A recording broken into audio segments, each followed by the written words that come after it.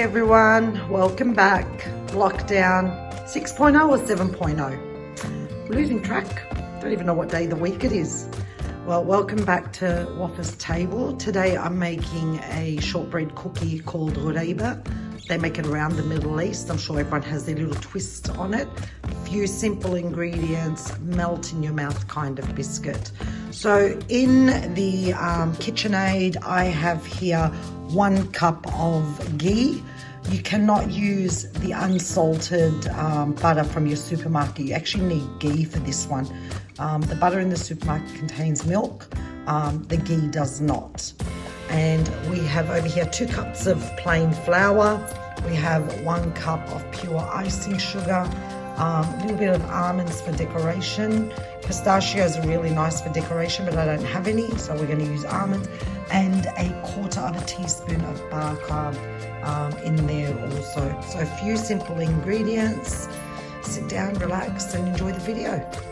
So first thing we're going to do is turn on the KitchenAid, and we are going to whip that until the ghee is literally like a white paste. I'll keep whipping that, and once I get the consistency that I need, I'll be right back to show you what it looks like. Halfway through the process, bring it all out of the little crevices there. Give that also a little fold. Just make sure you get all the edges. We don't want to miss anything because we want a really nice smooth consistency, and then whip away again. Once your ghee has turned a whitish color, as you can see there, it's nice and smooth. I whipped it, I would say maybe 5 minutes. I've added now the icing sugar and the bicarb in there. I'm going to give it another good mix, and then I'll do the next step. Once the icing sugar is combined well, again, you can see how beautifully white that butter has gotten. I'm going to change the hook attachment, and I'm going to add the kneading one that's on there because we are going to add the flour. Now I'm giving it with the new attachment, just one more quick whisk in there, and then I'm going to start adding the flour slowly. Now you can see how creamy and how white that butter and icing sugar have gone. I'm going to bring all the sides down. I'm going to add half the amount of flour, whisk, and then we'll add the second half of the flour. All right, so I've been beating this probably 6-7 minutes now. I didn't actually time it, and you can see from a breadcrumb it is coming together. A little bit more whipping in that, and then you're going to get a nice beautiful dough there. Now, after mixing all that, it became breadcrumbs. It took a while. I opened it. I brought it down with the spatula, all the sides, and this is my end result. It's a beautiful, smooth consistency.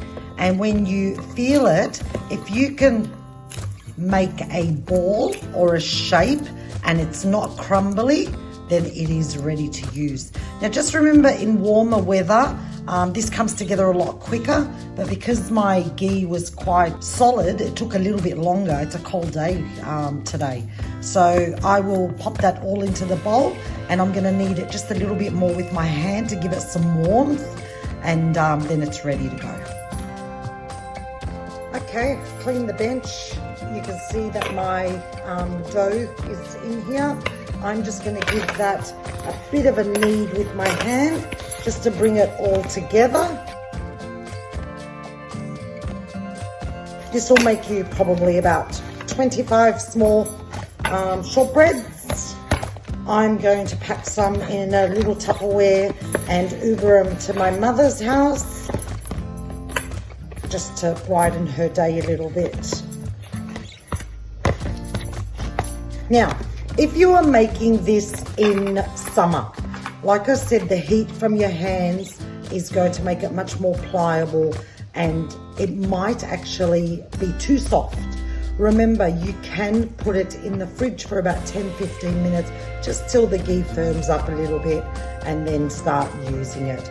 I'm going to let this rest now, so I'll put it aside just for about 15 minutes, just for that bicarb to start doing its magic, and then we shall make our shapes and bake them.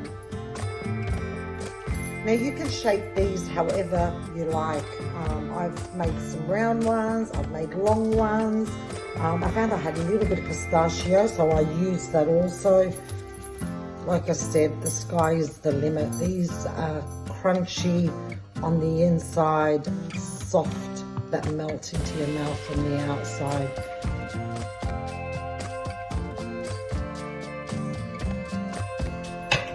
And then I'll make the more traditional ones that my mother makes, the shape that is. And just like a little sausage, just like that. And the way we decorate it is the back of a fork, and we just make a nice shape there.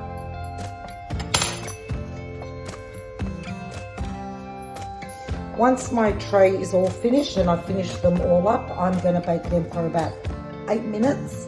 They don't really get much colour on them. You'll see that they're just firm. So 8 to 10 minutes, depending on your oven, 165. I've got a fan forced. So we'll bake them and we'll be back.